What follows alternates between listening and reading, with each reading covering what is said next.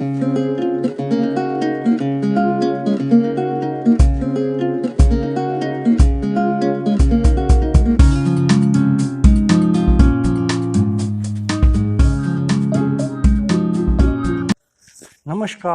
मैं आलोक स्वामी आदर्श विद्या मंदिर गंगा शहर स्कूल से। आज हम कक्षा 6 के विज्ञान विषय के अध्याय नंबर 1 भोजन कहाँ से प्राप्त होता है का अध्ययन करेंगे। पिछली क्लास में हमने जाना कि भोजन पेड़ पौधों और जंतुओं से प्राप्त होता है। पेड़ पौधों के कौन कौन से भागों से हमें क्या क्या खाने को मिलता है ये हमने जाना, जिसके बारे में ब्रीफ नोट्स में हम अध्ययन कर लेते हैं। पेड़ पौधों के जड़, तना, पत्ती से विभिन्न प्रकार के भोजन हमें प्राप्त होते हैं। जड़ से हमें गाजर मूली, तने से आलू गन्ना, पत्तियों से धाना, बथुआ, मेथी आदि प्राप्त होते हैं। अब हम बात करते हैं जंतुओं से प्राप्त भोजन की।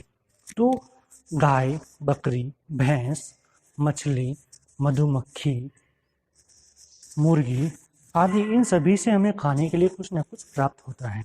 जैसे गाय से हमें दूध मिलता है, बकरी से भी दूध मिलता है, भैंस से भी दूध मिलता है और दूध से कई प्रकार के व्यंजन बनाए जाते हैं। दूध से दही भी बनता है, मावा भी बनता है।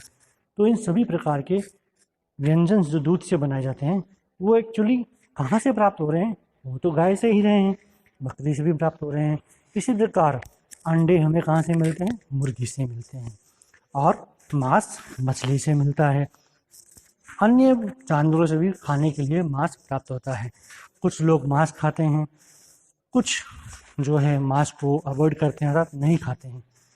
तो हम जान रहे हैं कि जंतुओं से हमें क्या क्या खाने को मिल रहा है। तो इस प्रकार आप भी एक सारणी बनाइए और उसमें लिखिए कौन कौन से जंतुओं से हमें क्या क्या खाने को मिलता है। इस प्रकार की सारणी से आपको ये पता पड़ेगा कि कहाँ कहाँ से हमें भोजन जंतुओं से प्राप्त हो रहा है और कौन कौन सा प्राप्त हो रहा है। अब बात करते हैं पाठ में आए हुए क्रियाकलापों के बारे में। तो क्रियाकलाप नंबर 1 में कहा गया है कि आपने दिन भर में क्या खाया, उसकी सारणी बनाइए कि आपके दोस्त ने क्या खाया, आपके घर वालों ने क्या खाया, माता ने क्या खाया, पिताजी ने क्या खाया। इन सब की आप सारणी बना लीजिए और उस सारणी में लिखिए कि भोजन में क्या क्या खाया और वो कहाँ से प्राप्त हुआ। एक सारणी ये बनानी है। दूसरी सारणी, आप जो सब्जी खा रहे हैं, जो रोटी खा रहे हैं, वो किस किस चीज़ से बनी हुई है, उसकी सारणी बनानी है हमने। जैसे रोटी में आटा है और जल है और हल्का सा नमक डला हुआ है। इसी प्रकार सब्जी, मान लो आलू की सब्जी बनाई गई है, तो आलू की सब्जी में क्या है? आलू है, मिर्ची, नमक, हल्दी, धनिया, पानी आदि, इन सब से मिलकर वो चीज़ बनी हुई है। तो आप उनकी भी एक सारणी अलग से बनाइए। उससे हमें पता पड़ेगा कि जो भी खाने और जो चीज़ें हैं वो किन किन चीज़ों से मिल करके बनती है। अब हम बात करते हैं शाकाहारी, मांसाहारी व सर्वाहारी जंतुओं की। शाकाहारी जंतु वो होते हैं जो सिर्फ और सिर्फ पेड़ पौधों से प्राप्त भोजन को ही ग्रहण करते हैं या खाते हैं। इसी प्रकार मांसाहारी वो जंतु होते हैं जो मांस खाते हैं। सर्वाहारी वो होते हैं जो पेड़ पौधों से प्राप्त भोजन व मांस दोनों को ही खाते हैं, वो हुए सर्वाहारी। तो हिरण एक शाकाहारी है। क्यों है? क्योंकि वह सिर्फ पेड़ पौधों से प्राप्त भोजन को ही खाता है। इसी प्रकार शेर एक मांसाहारी है क्योंकि वो मांस खाता है। अब आपके मन में एक बात आई होगी कि मनुष्य किस प्रकार का प्राणी है। मनुष्य सर्वाहारी है क्योंकि वो मांस भी खाता है और पेड़ पौधों से प्राप्त भोजन को भी खाता है।